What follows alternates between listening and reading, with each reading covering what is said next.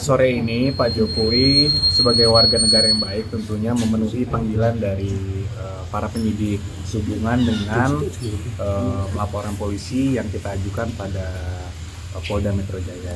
Jadi kami mendapatkan panggilan juga karena ternyata para penyidik sedang berada di Surakarta dan juga infonya minggu ini akan ke Jogja juga untuk memenuhi beberapa keterangan-keterangan yang diperlukan.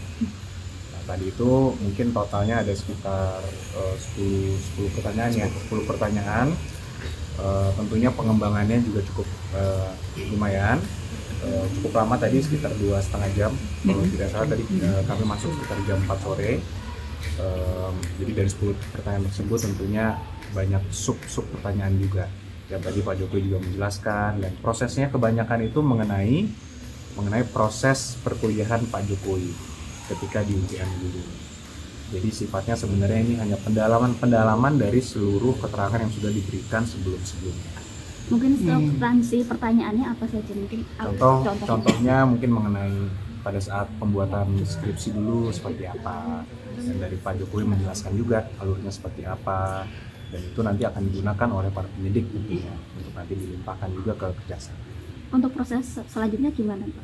Untuk prosesnya kami juga tadi menanyakan juga kepada para penyidik, tentunya dari mereka akan melengkapi juga semua keterangan-keterangan yang dibutuhkan dan juga alat-alat bukti lainnya, sehingga nanti untuk dilimpahkan kepada kejaksaan. Setelah itu akan baru disidangkan.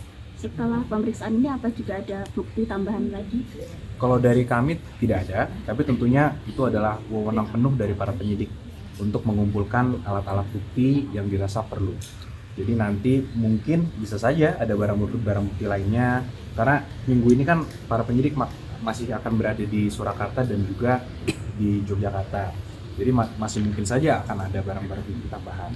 Tapi itu tentunya wewenang para penyidik dan bukan wewenang kami. Secara eksplisit penyidik meminta tambahan bukti atau bagaimana? Bukan Pak, ya, para penyidik meminta keterangan. Keterangan aja. Termasuk informasi-informasi, fakta-faktanya. Itulah yang kita tadi Pak Jokowi secara langsung menjelaskan.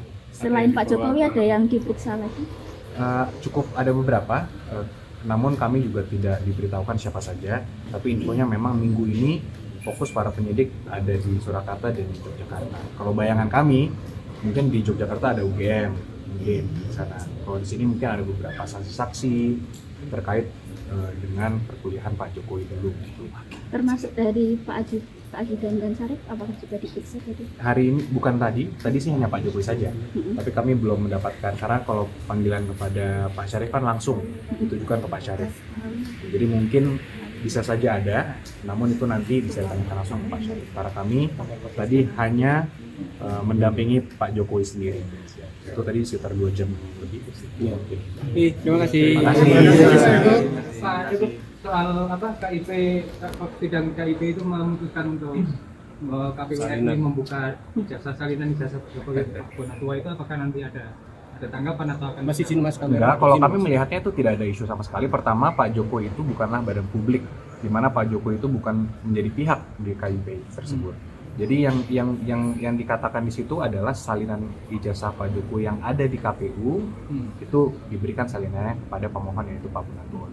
Kalau kami justru melihatnya senang, karena itu membuktikan bahwa Pak Jokowi telah memenuhi seluruh persyaratan ketika beliau mendaftar sebagai kepala daerah dulu dan juga sebagai presiden pada saat ke KPU pusat. Jadi kalau kami melihat tidak ada isu sama sekali dan tidak akan merubah apapun dari lihat proses yang sedang berjalan. Oke. Terima kasih.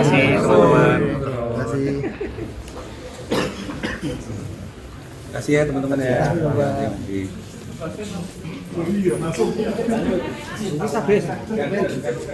Download Tribun X sekarang, menghadirkan lokal menjadi Indonesia.